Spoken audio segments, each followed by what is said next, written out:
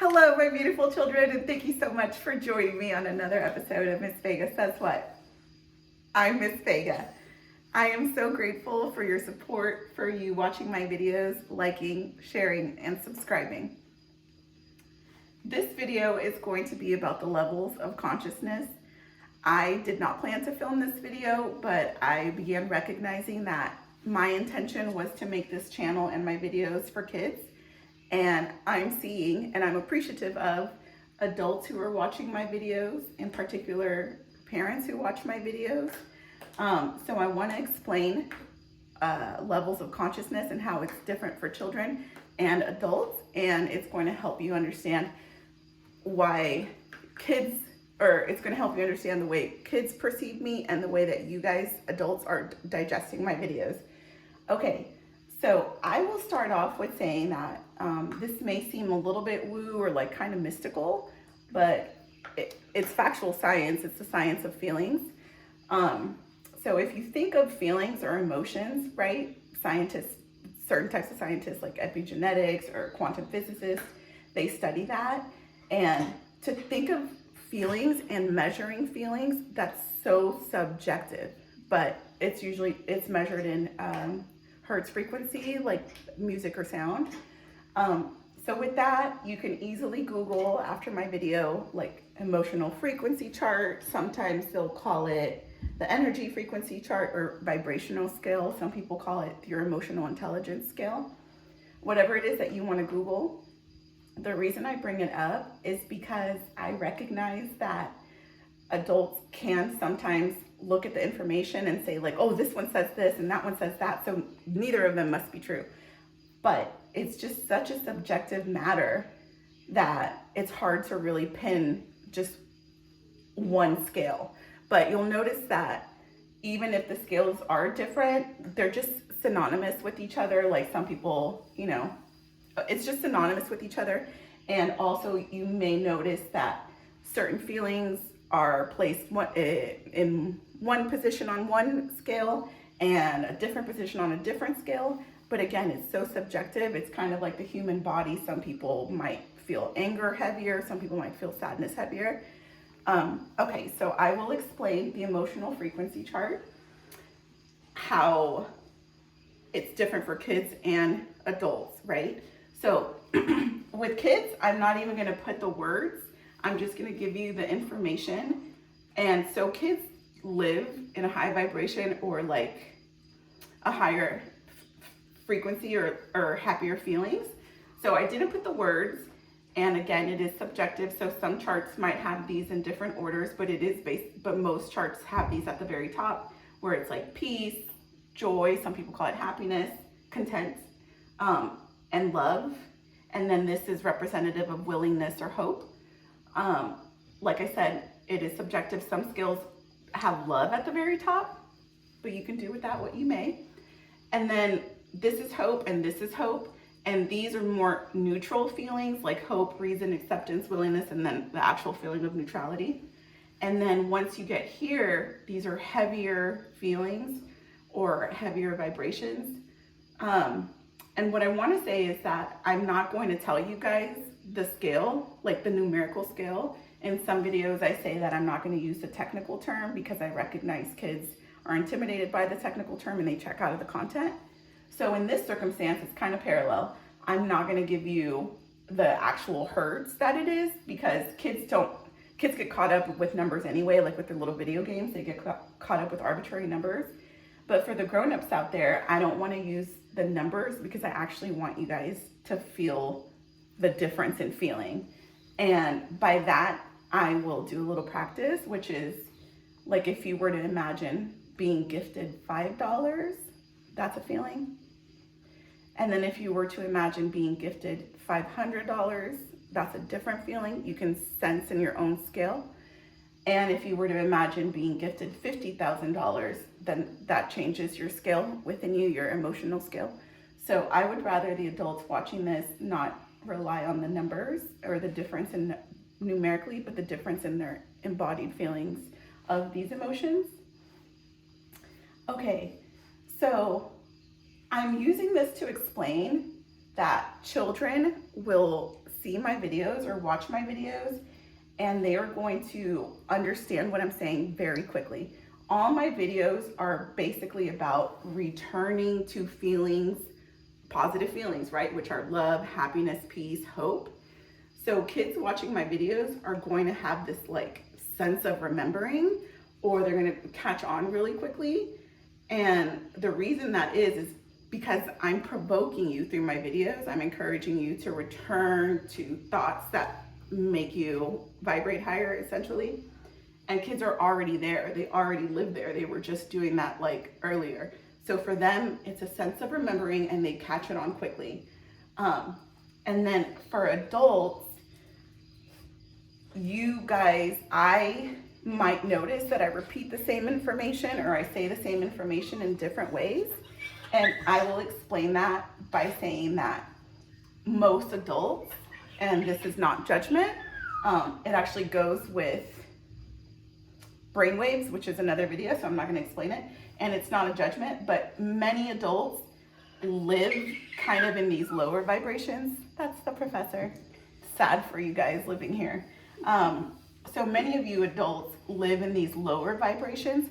So for you to bounce up the emotional frequency scale, I have to kind of like pull you up with reasoning, right? Reasons right here. So for example, I read a lot that adults say, I want to yell less, right?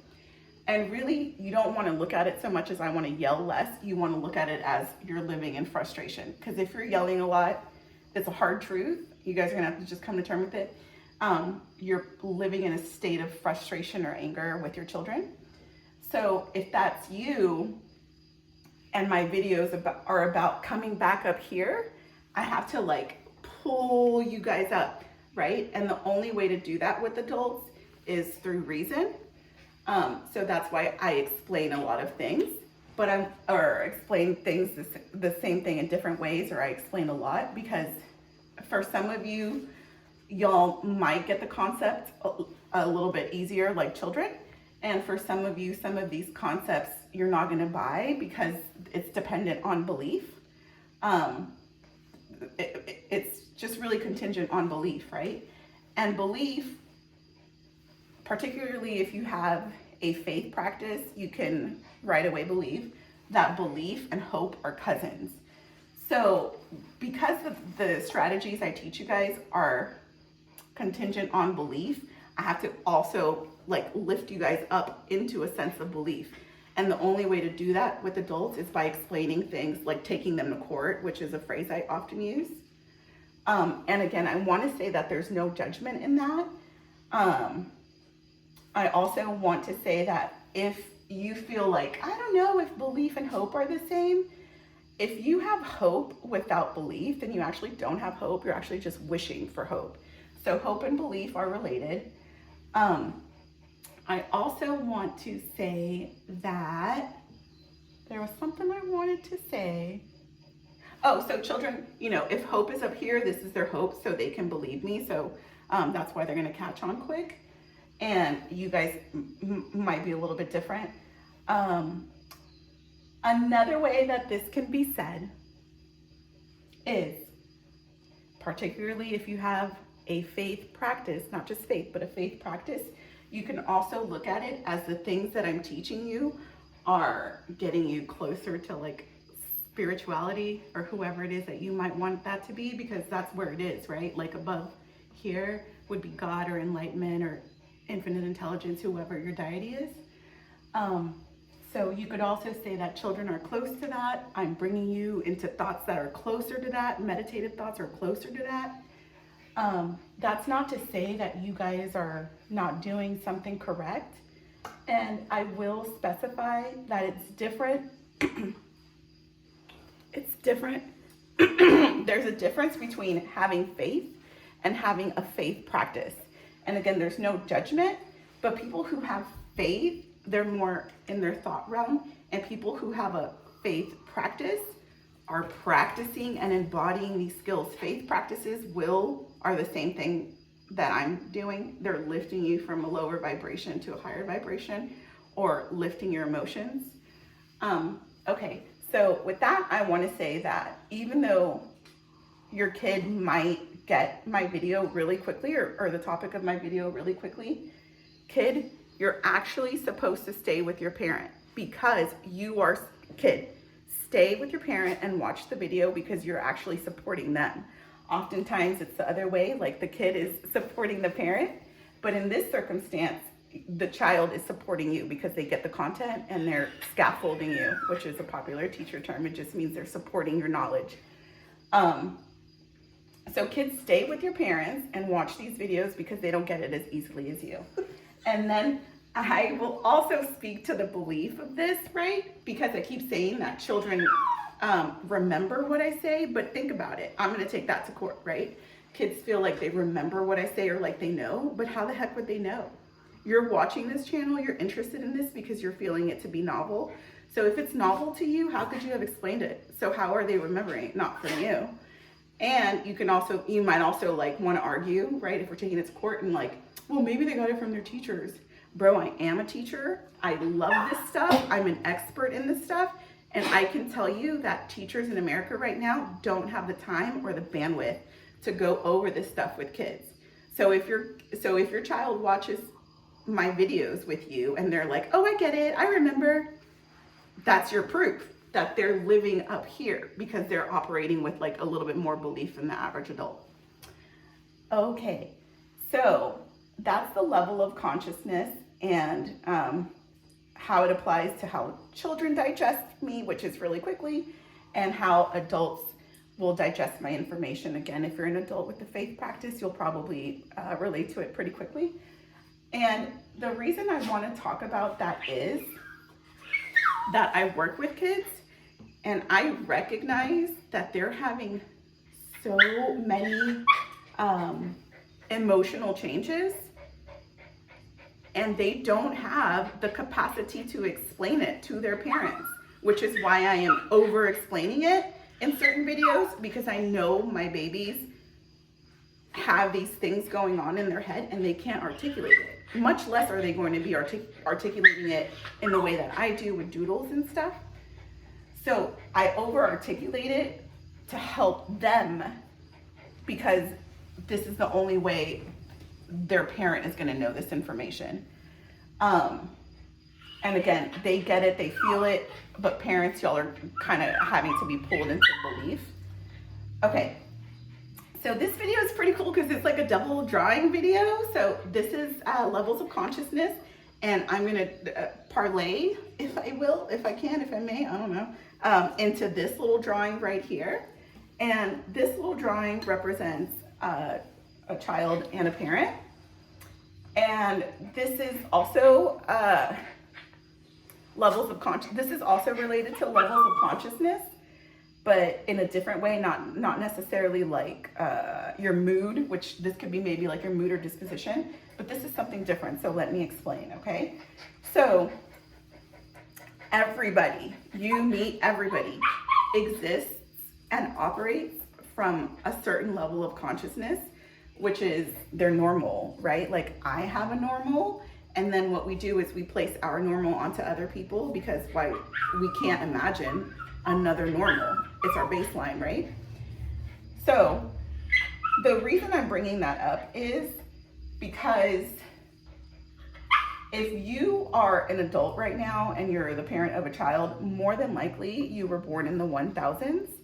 So your consciousness about school, that's my dog, your consciousness about school is probably something from the 90s. So for you, I'm gonna put 90s, like kind of like a Nickelodeon type of living. And if you notice, you know, in a lot of my videos, I do this to represent thinking. And this is kind of representing thinking, but not. It's actually representing an embodied experience or like the memories in your body, not necessarily the memories where you're like, I remember that one Christmas, not quite like that, but more like your body memory or your felt experience is what it's called in psychology. If you want to think of it in like a rational, logical way, it's your point of reference. So point of reference, your embodied experience or your felt experience. It's your normal. Your normal. The parent's normal is like a 90s Nickelodeon, right? So, your child having been born in the 2000s, their point of reference or their embodied experience, their felt experience is not this, okay? And it's not that I want to make it political or like debate, but there's really three big things that are going to change your child's normal level of consciousness from your level of consciousness, right? And we could look at those things, and basically COVID is one, quarantine was one, and then I'm just gonna write social media is another one, and I'm not gonna write the words, I'm just gonna represent it with like a squiggle. School shootings are another one, okay? So in your child's point of reference, their normal baseline, their normal has this. Like, you can't deny that it doesn't have it, because we all experience COVID. You may think like, oh, but my child doesn't have a phone. Everybody else does, so they are affected by social media. And then as far as school shootings, I don't want to become too like debatable about that, but it's inevitable, right? Like, even the adult doesn't have the embodied experience, but the adult has the thought experience of school shootings. So I want to speak to that also, because my adult friends, they always say like, oh my gosh, if there was social media when I was in middle school, I would have died. And the thing about it is, your kid was born with the same nervous system, the same body as you were. So they would die. It's no different. Like, they're the same as you. They weren't born with some special gene or DNA to now cope with technology and social media. So adults that say, I would die, your kid can't die. So the way that they cope, or the way that they telephone, or if maybe you're annoyed by their social media usage, that's actually their best attempt to cope with something you, adult, called something that would make you want to die, right? Okay, so we're going to return to this little drawing, and I'm going to explain the disconnect, okay? So in this circumstance, it's a child and parent, maybe over dinner or whatever, and talking, and which is another thing. Not all parents talk to their children. Again, no judgment. But we're going to say that this is like an ideal relationship, and they do talk to each other. So now the parent, as you guys do, is going to be like, hey kid, how was your day? This kid, this is their normal. So they're going to be like, fine. And then you, the adult, are going to hear fine, and you're going to use your point of reference and be like, oh yeah, fine. Back in the 90s with like Nickelodeon, fine. And it's a different fine, right? So you can also compare to this, like if the kid was like, if the adult said, okay, well, what was your day like? And they said, because most tweens, which is who I love, they basically answer in just like one word, if that. So like if this kid was like crazy, again, the adult is going to think of crazy, they're 90s crazy, which I'm a 90s kid. To me, I would probably think of like a class clown. And this crazy, that's not the crazy that they're experiencing. They're experiencing another level of crazy, right? You can also see this relationship the other way. Like if your child has never been to your place of employment and you were like, oh, it was a fine day, they have no point of reference, none. And if you were to tell them it was a crazy day at work, no point of reference, none. So it's the same type of disconnect, but they're actually connected, right? So I'm calling it a disconnection, but it's actually a connection. It's just that you guys are kind of like on different operating systems. Like one of them is an Android and one of them is an iPhone, or one of them is texting and one of them is typing. So there is a connection. There's just that gap, right? Because why they can't compare it to anything else, because if you were born post 2000s, the first school shooting was 1999 in Columbine. So your baseline is a different baseline than anybody before you, right? And to say like, oh, my kid isn't affected by that, or my kid is this, you can say that if you want, but you would be doing yourself and your child a disservice, because this is just the reality.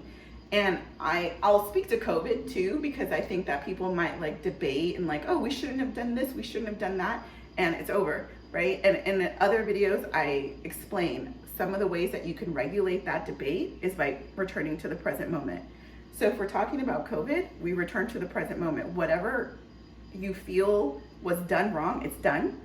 So now we just have to contend with where we are. So it's like wasted energy to think back and, oh, we should have done it. It doesn't matter. We're in the present moment, and we need to contend with what we were left with, right? And unfortunately, this is what we were left with.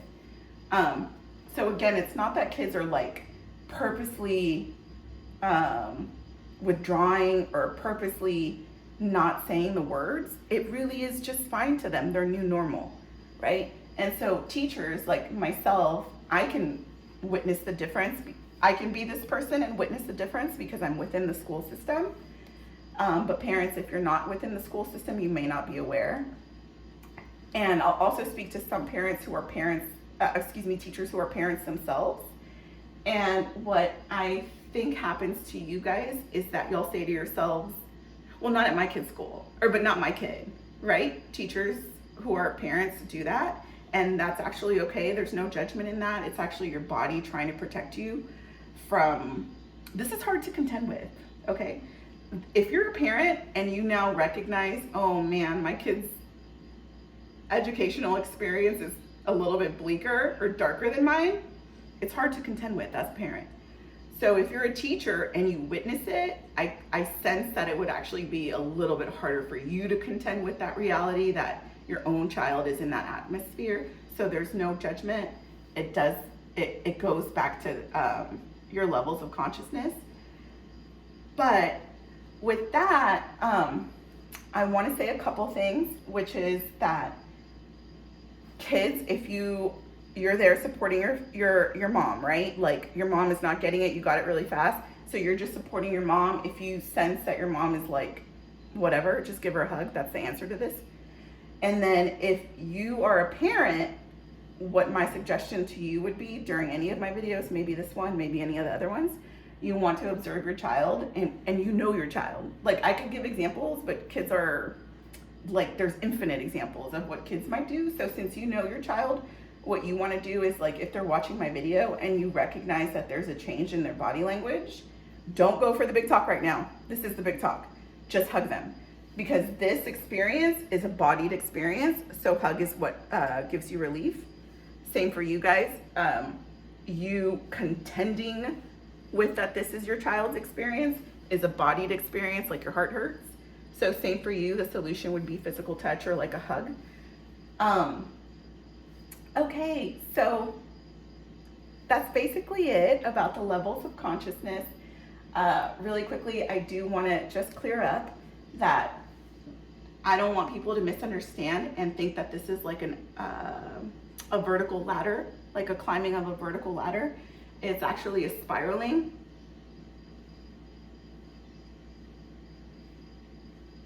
So it's not climbing of a vertical ladder, and it's a spiraling. And so I'm going to compare it to, you know, those slides like in Chuck E. Cheese, you know, like indoor playgrounds that have those like 2B slides. Kids live up here, right? And like kids' physical bodies are able to go up and down those slides much easier than an adult body. But, you know, you've heard the phrase like, I'm spiraling, to imply a depression. You are spiraling. Typically you go from like frustration, anger, you know, it's a spiral down. That's why the phrase. But to move up as an adult, it's a climb.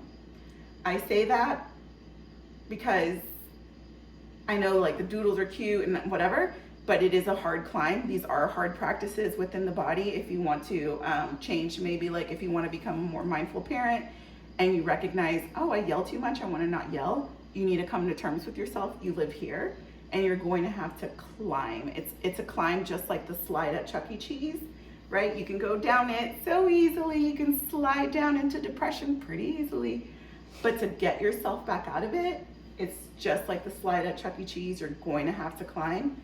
But again, well, not again, but doing so will strengthen you. This is why people who have setbacks and get sad or whatever and do this, they're often seen as resilient or strong. They are strong because they're literally climbing back up into at least neutral, right? Okay, so with that, I would like to conclude this video and thank you guys so much for watching.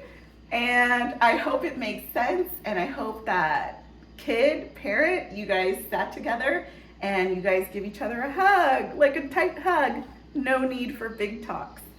I freaking love you guys. Thank you so much for watching my videos.